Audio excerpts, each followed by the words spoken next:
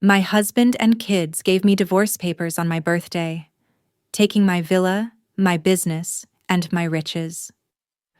The champagne glass slipped from my manicured fingers, shattering against the marble floor of my Italian villa as my husband smiled coldly, and my own children, my flesh and blood, stood behind him like soldiers in an army I never saw coming. 35 years old, multimillionaire, mother of 2, wife of 12 years, and apparently the biggest fool in Silicon Valley. My name is Victoria Sterling, and this is the story of how I lost everything on what should have been the happiest day of the year, only to discover that some betrayals are blessings in disguise. Chapter 1: The Perfect Trap. The morning of my 35th birthday dawned with the kind of golden California sunshine that makes you believe anything is possible. I stretched in my king-sized bed, Italian silk sheets cool against my skin, and smiled at the ceiling of our Malibu villa. The ocean waves crashed rhythmically below our clifftop home, a sound that had become my personal symphony of success. "Happy birthday to me," I whispered to the empty room, noting that David's side of the bed was already cold. My husband had been getting up earlier and earlier lately, always rushing off to his law firm before I even opened my eyes. I told myself it was just work stress, that the partnership track was demanding. After all, someone had to maintain the lifestyle that my tech company, Sterling Innovations, had built for us. I padded barefoot across the heated floors to the floor-to-ceiling windows that overlooked the Pacific. Our property was worth $8 million, money I'd earned from the ground up after selling my first startup at 28.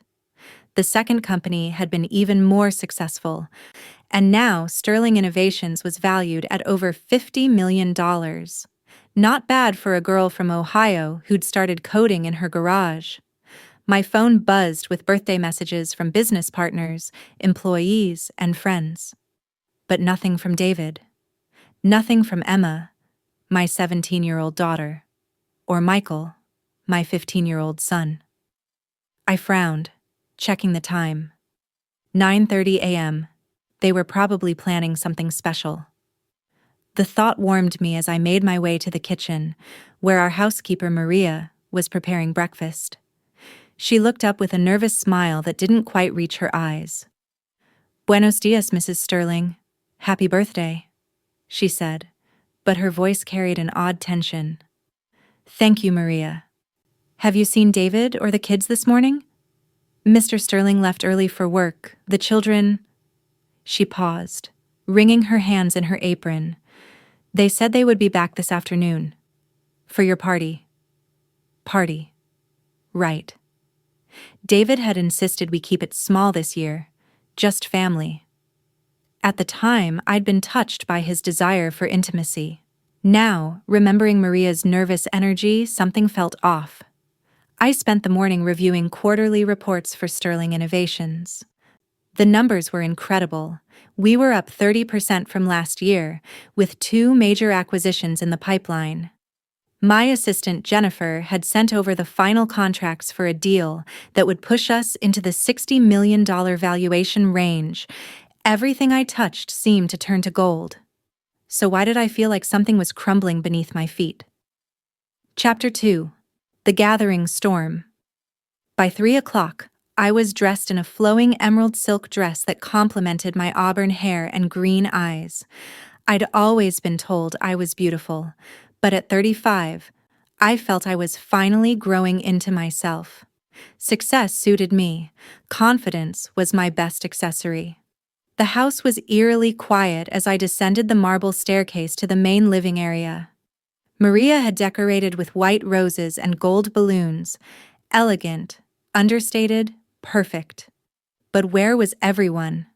I heard car doors slamming outside and felt a rush of excitement. Finally. David walked in first, looking impeccable in his navy suit, his salt and pepper hair perfectly styled. At 38, he was still devastatingly handsome, the kind of man who turned heads at charity galas and business dinners. Behind him came Emma and Michael, both dressed more formally than I'd seen them in months. "There's the birthday girl," David said, but his smile seemed forced. "Sorry we're running late. Work, you know?" Emma and Michael exchanged a look I couldn't interpret. My daughter, usually so affectionate, barely met my eyes as she mumbled, "Happy birthday, Mom." Michael, normally my little chatterbox despite being 15, just nodded stiffly. "Is everything okay?" I asked, moving toward them with open arms. "You all seem—" "We need to talk," David interrupted, his voice suddenly serious. "All of us. Together." My stomach dropped. In 12 years of marriage, conversations that started with, "We need to talk," never ended well. But surely not today. Not on my birthday. "Can it wait until after dinner? I thought we were celebrating." "Mom," Emma's voice cut through my protest, sharp and cold. "Just sit down, please." I looked at my daughter, really looked at her. When had she grown so distant? When had those warm brown eyes, so much like mine, become so calculating? And Michael, standing slightly behind his sister like he was seeking protection. From what? From me? I sank into the white leather sofa, my heart beginning to race. The ocean view that usually calmed me now felt like a backdrop to something ominous. David reached into his briefcase. When had he brought that in? And pulled out a manila folder. Thick. Official-looking. My business mind immediately cataloged the weight, the professional binding, the legal tabs peeking out from the edges. "Victoria," he began, and the use of my full name instead of honey or sweetheart sent ice through my veins. "These past few months have been difficult for all of us." "Difficult?" I echoed. "What are you talking about?" "Things have been great. The company is thriving. We just bought the place in Aspen. The kids are doing well in school." "That's just it," Emma interrupted, stepping forward. Her voice was steady, rehearsed. "It's always about the company with you. Always about money and deals and success." I stared at her, genuinely confused. "Honey, everything I do is for our family, to give you and Michael the best life possible." "We never asked for this life," Michael finally spoke, his voice cracking slightly. "We never see you. You're always working, always traveling, always putting business first." My heart was pounding now, but I kept my voice level. "That's not true. I've been to every one of your soccer games, Michael. Emma, I helped you with your college applications just last month." "While taking conference calls," Emma shot back. "While checking your phone every 5 minutes. While making it clear that we were just another item on your to-do list." David cleared his throat. "The point is, Victoria, we've all reached the same conclusion. This marriage, this family dynamic, it's not working anymore." The room began to spin slightly. I gripped the arm of the sofa, trying to anchor myself. "What are you saying?" David opened the manila folder, his movements deliberate and calm. Too calm. Like he'd practiced this. "I'm saying that we want a divorce. And the kids, well, they want to live with me." The words hit me like a physical blow. I actually gasped, my hand flying to my chest. "You can't be serious. Today? On my birthday?" "The timing isn't ideal," David acknowledged, "but we felt it was important to be honest, to stop pretending." "Pretending?" I stood up abruptly, pacing to the window. The ocean below looked deceptively peaceful. "What have I been pretending about? I love you. I love our children. Everything I've built, everything I've worked for, it's all been for this family." "No, Mom." Emma's voice was cold, adult. "It's been for you. Your ego. Your need to prove you're successful." I whirled around to face her. "How can you say that? I've given you everything." "Everything except yourself," Michael whispered, and the pain in his young voice nearly broke me. David stood, folder in hand. Victoria, we've thought this through carefully. We've even consulted with family counselors. You've been to counseling? Without me? We needed to understand our own feelings before involving you, he said smoothly. And we've all reached the same conclusion. We need space. We need a clean break.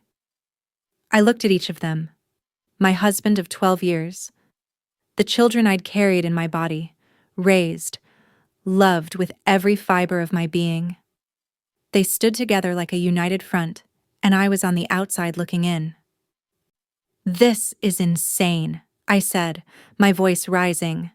Families don't just dissolve because someone works hard.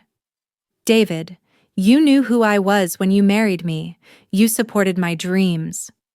I supported Victoria the dreamer, he replied, not Victoria the workaholic who's never home, who treats her family like employees. That's not fair, isn't it? Emma stepped forward, her face flushed with anger I'd never seen before. When was the last time you asked about my boyfriend, about my college plans that don't revolve around making money? When was the last time you came to one of Michael's games without your laptop? I opened my mouth to respond, then closed it. When was the last time? The memories blurred together, always rushing, always multitasking, always trying to balance everything and apparently succeeding at nothing. I can change, I said desperately. We can work on this.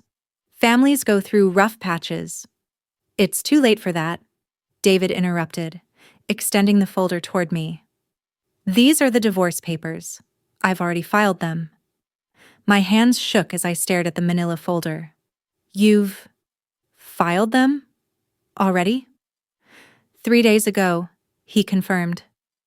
My lawyer says we can make this clean and simple. No need for a messy court battle. Your lawyer? I laughed, a sharp, bitter sound. David, I've been paying for your law school loans for the past 6 years. I bought you your partnership. And now you're using my money to divorce me? That's exactly the kind of thinking that brought us to this point, he replied coolly. Everything is about money with you. Your money, your success, your achievements. I snatched the folder from his hands, my fingers fumbling with the clasp.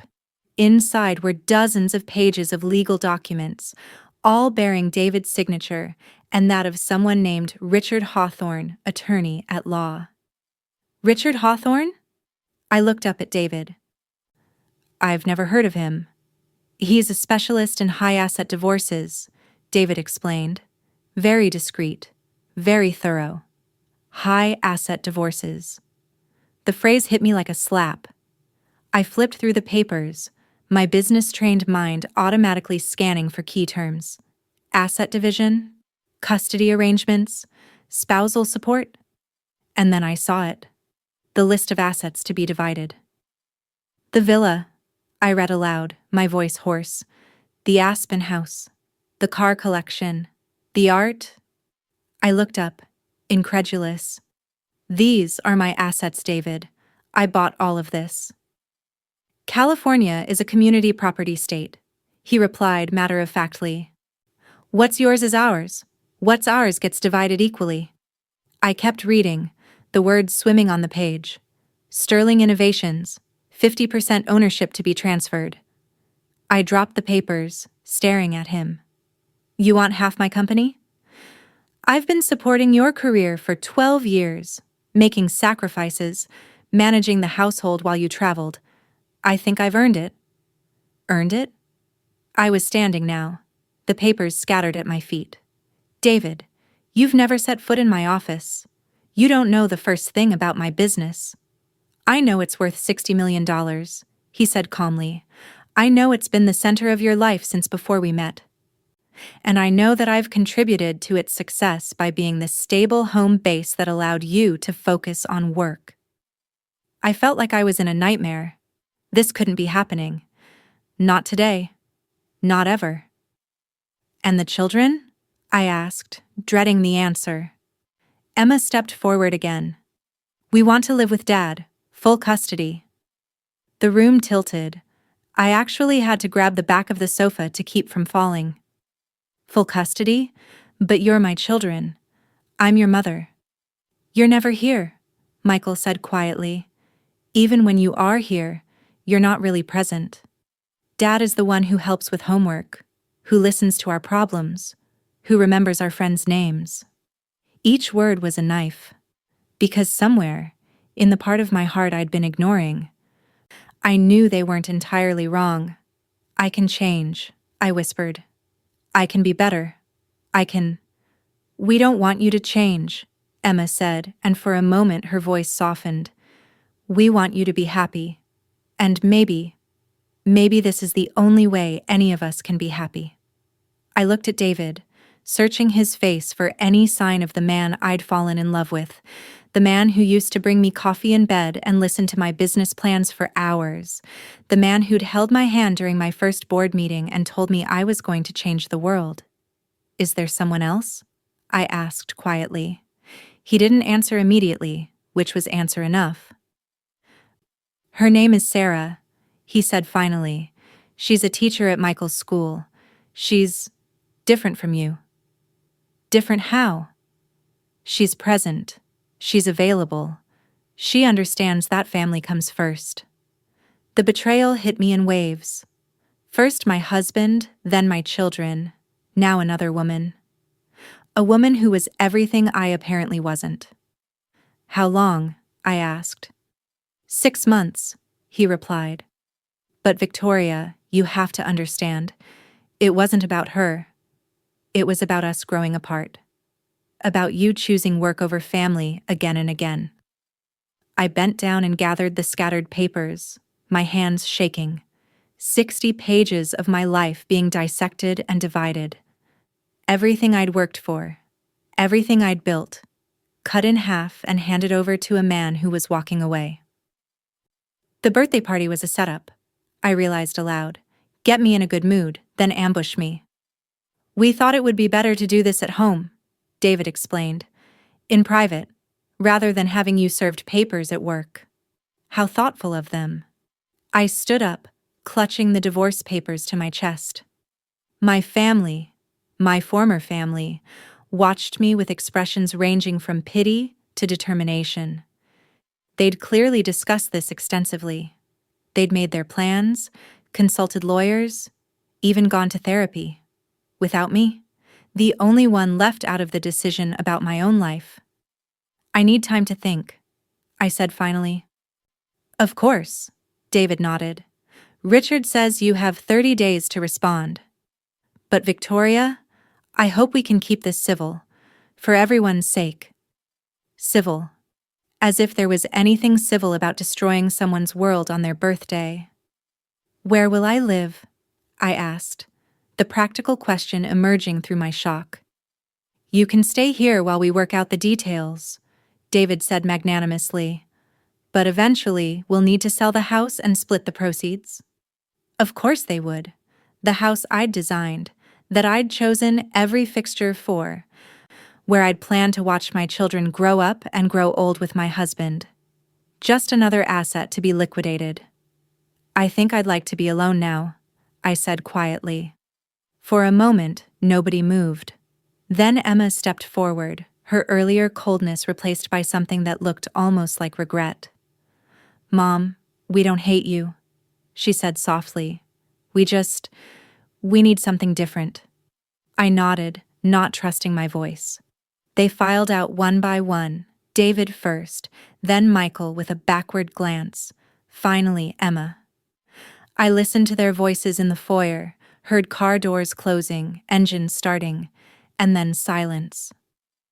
I was alone in my $8 million villa, holding divorce papers that would cut my net worth in half and take away everything that mattered to me. The champagne Maria had left for my birthday celebration sat unopened on the counter. 35 years old, and my life was over.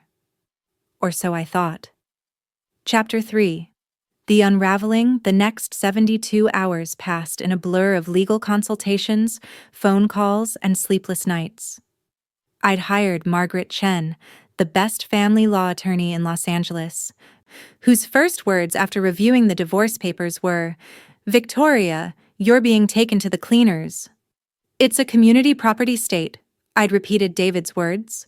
"What's mine is ours?" "Not quite," Margaret said, adjusting her designer glasses. "There are protections for premarital assets, for businesses built with separate property, for inheritances. Your husband's lawyer has been very clever, but he's not infallible." We sat in her glass-walled conference room overlooking downtown LA, the city sprawling beneath us like a circuit board. I'd always loved this view. It reminded me why I'd fought so hard to succeed. But now it just looked cold and impersonal. "The business concerns me most," Margaret continued, flipping through the Sterling Innovations valuation reports. "You founded this company before your marriage, correct?"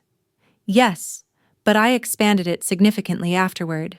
David would argue his support allowed me to focus on growth." She made notes on her legal pad. "What about your children?" "The custody arrangement they're proposing is quite aggressive." I'd been dreading this conversation. "They want to live with their father. They've made that clear." "Want, or have been coached to want?" Margaret's expression was sharp. "Victoria, in my experience, children don't suddenly decide they want full custody switched unless there's been significant manipulation involved." The word manipulation hit me like ice water. "You think David turned them against me?" "I think David is a lawyer who's been planning this for longer than 6 months," she replied bluntly. "The timing of his affair, the legal preparation, the coordination with the children, this has been in the works for at least a year." A year. While I'd been celebrating business victories and planning family vacations, David had been plotting my destruction. "What are my options?" Margaret leaned back in her leather chair. "We fight. On all fronts. But I need to warn you, it's going to get ugly." David's lawyer, Richard Hawthorne, has a reputation for scorched earth tactics in high-asset cases. He'll try to paint you as an absent mother and a workaholic wife. He'll argue that you prioritized money over family and that your children suffered as a result. And if he's not entirely wrong? Margaret's expression softened slightly. "Victoria, being successful doesn't make you a bad mother. Working hard doesn't make you a bad wife. But perception matters in family court. We need to control the narrative." Over the next week, I threw myself into legal preparation with the same intensity I'd once applied to business deals. I reviewed financial records, compiled evidence of my involvement in the children's lives, and tried to piece together the timeline of David's deception. The affair with Sarah Morrison, Michael's English teacher, had indeed started 6 months ago. But Margaret's private investigator uncovered evidence of earlier infidelities, text messages, hotel receipts, credit card charges for jewelry I'd never received. David had been cheating for years, all while positioning himself as the devoted husband and father. "This changes things," Margaret said, spreading the evidence across her conference table. "Adultery doesn't affect asset division in California, but it absolutely impacts custody decisions and spousal support calculations." I stared at a photo of David entering a hotel with a woman I didn't recognize. The timestamp showed it was taken 9 months ago, while I'd been in Tokyo closing a major acquisition deal. "How many?" I asked quietly. "We've confirmed 3 separate affairs over the past 2 years," Margaret replied gently. "Possibly more." 3.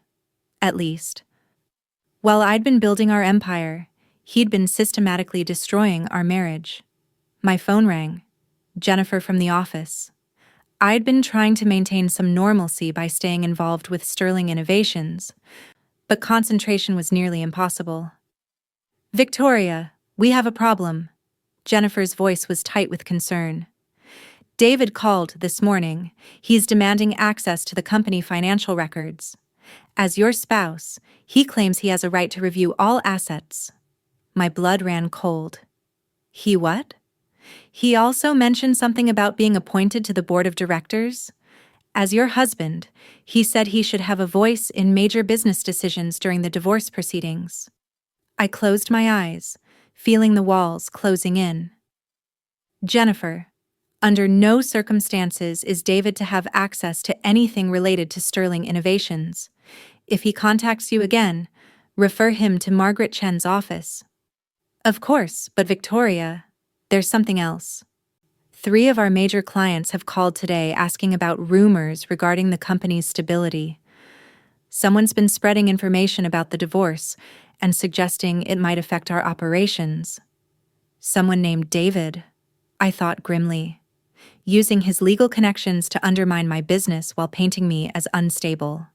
Schedule an all-hands meeting for tomorrow morning, I decided. I'm going to address this head-on. After ending the call, I turned back to Margaret. He's going after my company directly now, trying to create chaos that will justify his claim to half of it. That's actually good news for us, Margaret replied. It shows intent to harm your business interests out of spite, which could work in our favor. But Victoria, you need to prepare yourself. This is about to get much worse. She was right. That evening, I returned to the villa to find Emma packing boxes in her room. She looked up when I appeared in the doorway, her expression guarded. Dad said I could take my stuff to his new place, she explained. Just while things get sorted out. His new place? I stepped into the room that had been decorated to Emma's specifications just 2 years ago. Soft purple walls, a window seat overlooking the garden, built-in bookshelves I'd had custom-made for her collection. He rented a house in Manhattan Beach, Emma said, not meeting my eyes. It's closer to school. Closer to Sarah Morrison, I thought but didn't say. Emma, can we talk? Really talk? She stopped packing and sat on her bed, suddenly looking much younger than 17. Mom, I don't want to hurt you more than we already have. I sat beside her, careful not to disturb the clothes she'd laid out. Tell me the truth about why you want to live with your father. Emma was quiet for a long moment, staring at her hands. Do you remember my junior prom? I frowned. Of course. You looked beautiful. That blue dress? You missed it. The words hit me like a slap. What? No, I was there. I took pictures. You took pictures, yes. But you missed the whole preparation part. The shopping, the hair appointment, the manicure. Dad took me to all of that. You showed up 5 minutes before we left. Snapped some photos, and then took a business call during dinner. Memory rushed back. A crisis with a client in Germany, a deal that needed immediate attention. I'd tried to multitask to be present for Emma while handling the emergency, but apparently, I'd failed at both. I remember that call, I admitted quietly. The Hoffman contract? I don't care about the Hoffman contract, Emma interrupted. I cared about spending time with my mother before one of the biggest nights of my teenage life. I'm sorry, I whispered. I thought I was handling everything. You were handling everything, she agreed. But Mom, we didn't need you to handle everything. We needed you to be present for something. I felt tears threatening and tried to push them back. What else? Tell me everything. Emma sighed. Michael's championship soccer game last year. You were there, but you spent the entire time on your laptop finishing a presentation. He scored the winning goal, and when he looked for you in the stands, you were typing. Another knife to the heart. My college interview with Stanford, she continued. You promised to drive me, but then you had an emergency meeting. Dad took me instead. We stopped for breakfast afterward and talked about my future, my dreams. It was nice. Just being someone's priority for a few hours. You are my priority, I protested. Both of you. Everything I do. Everything you do is about work, Emma said, not unkindly. Mom, I know you love us, but you love success more. And maybe that's okay for you, but it's not okay for us. I wanted to argue, to defend myself, to explain that success was how I showed love, by providing, by securing their futures, by building something lasting. But looking at my daughter's sad eyes, I realized that maybe I'd been building the wrong thing. Is there anything I can do? I asked desperately. To fix this? Emma reached over and took my hand. I don't know, Mom. I honestly don't know. Chapter 4. The Truth Unveiled. 3 weeks into the divorce proceedings, I made a discovery that changed everything. It was Michael who inadvertently provided the key. He'd come by the villa to pick up his gaming setup, another piece of our life being boxed up and moved to David's rental house, and had left his laptop bag behind. When I called to let him know, he asked if I could drop it off at his father's new place. The Manhattan Beach rental was a modest 3-bedroom house, nothing like our clifftop villa. I rang the doorbell, expecting David or one of the children to answer. Instead, a woman opened the door, petite, blonde, with the kind of genuine smile I'd forgotten people could have. "You must be Victoria," she said warmly. "I'm Sarah. Please, come in." Sarah Morrison, the other woman. Standing in the living room that was already decorated with pictures of my husband and children, looking perfectly at home. "I just came to drop off Michael's laptop," I said stiffly. "Of course, he's at soccer practice, but David should be home soon." She gestured toward the sofa. "Would you like some coffee? I know this must be awkward, but I'd really like to talk to you." Against my better judgment, I found myself sitting in Sarah's living room, accepting a cup of coffee from the woman who'd helped destroy my marriage. "I want you to know," Sarah began, settling into the chair across from me, "that I never intended for things to happen this way." "Which way?" I asked coolly. "The affair? Or stealing my family?" Sarah's smile faltered. "I fell in love with David, but I didn't pursue him. He came to me. How convenient for both of you. Victoria, I know you hate me. You have every right to. But I need you to understand something. David told me you were already separated. He said you'd been living separate lives for years, that you were just staying together for appearances." I set down my coffee cup, studying this woman who seemed so different from me. Where I was tall and angular, she was petite and soft. Where I was designer everything, she was casual cotton and minimal makeup. Where I was sharp edges and ambition, she was gentle curves and contentment. "When did he tell you that?" I asked. "Last year, in November. He said you'd both agreed the marriage was over but were waiting until after the holidays to make it official." November. I remembered November.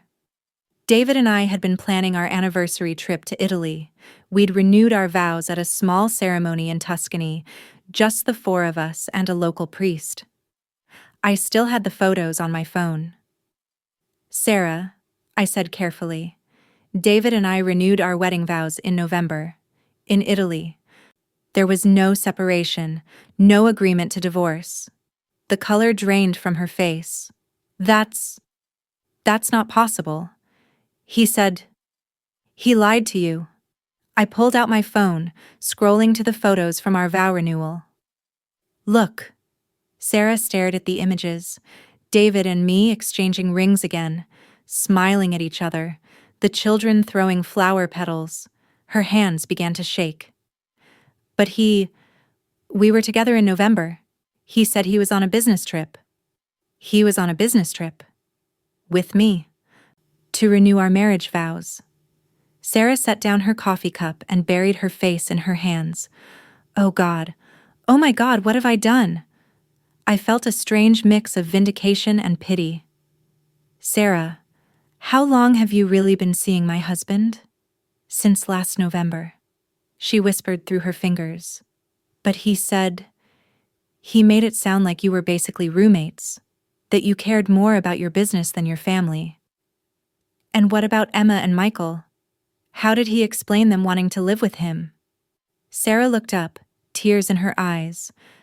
He said they were unhappy at home, that you were never around, that they felt neglected.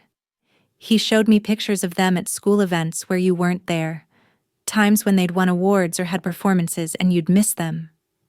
My heart sank. Those instances were real, even if the context was wrong.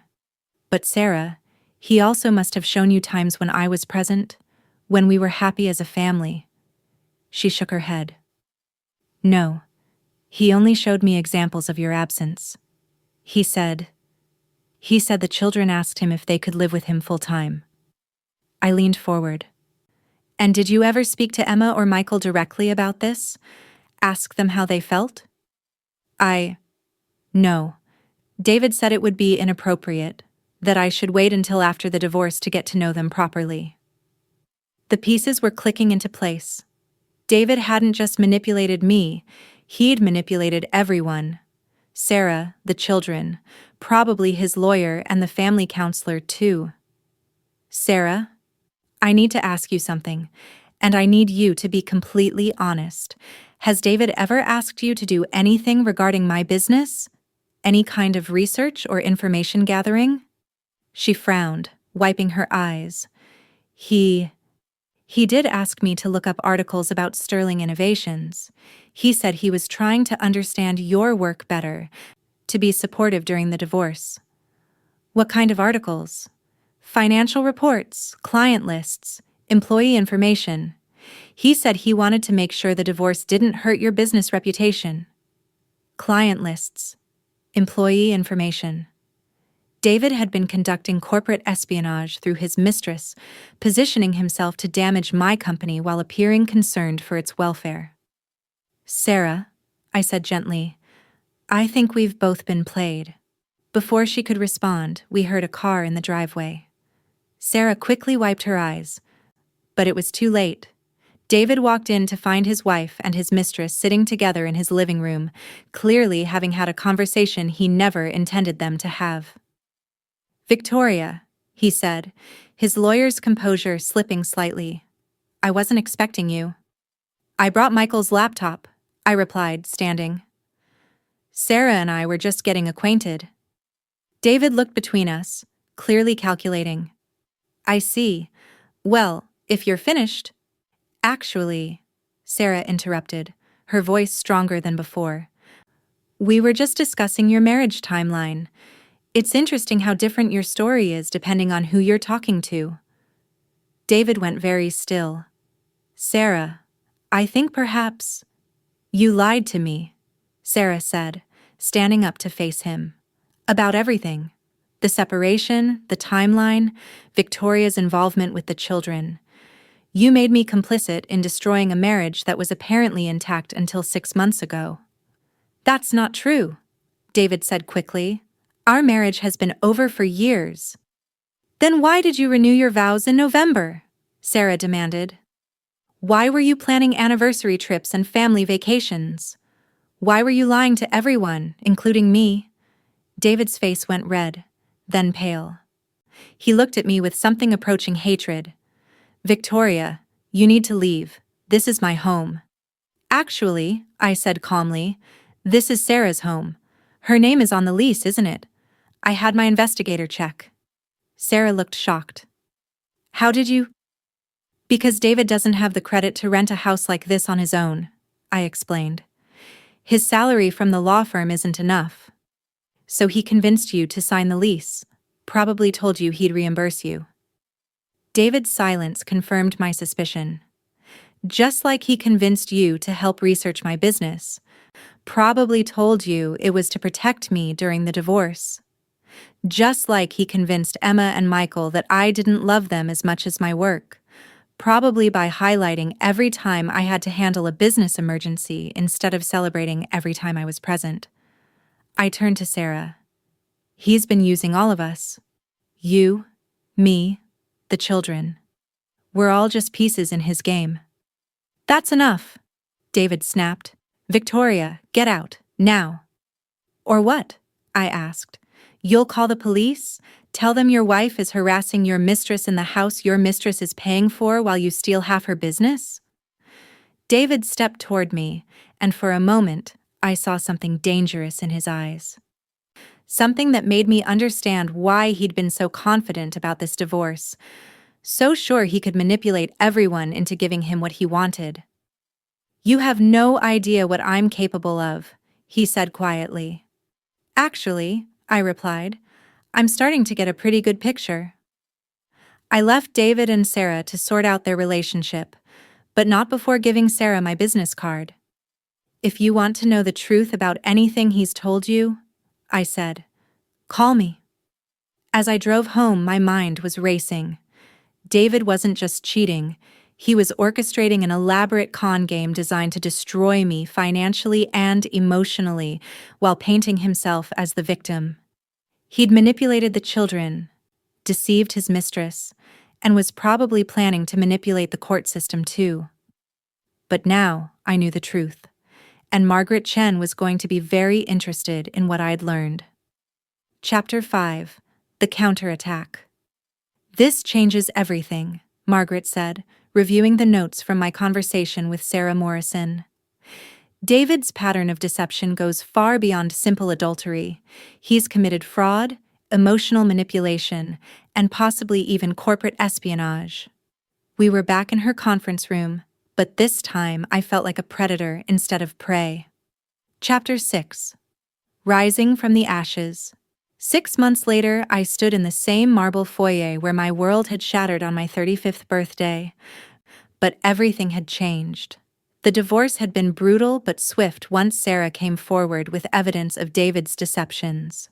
His elaborate scheme unraveled when she provided recordings of his admissions, financial records showing his manipulation of assets, and testimony about his coaching of the children against me. The family court judge had been particularly unimpressed with David's tactics. "Mr. Sterling," she'd said during the final hearing, "your pattern of deception and manipulation has caused immeasurable harm to your family. This court finds your claims regarding asset division and custody to be without merit and likely fraudulent in nature." David received nothing. No alimony, no business assets, no house. The prenuptial agreement I'd insisted on before our marriage, which he'd claimed was just a formality, protected everything I'd built before and during our relationship. More importantly, Emma and Michael were home.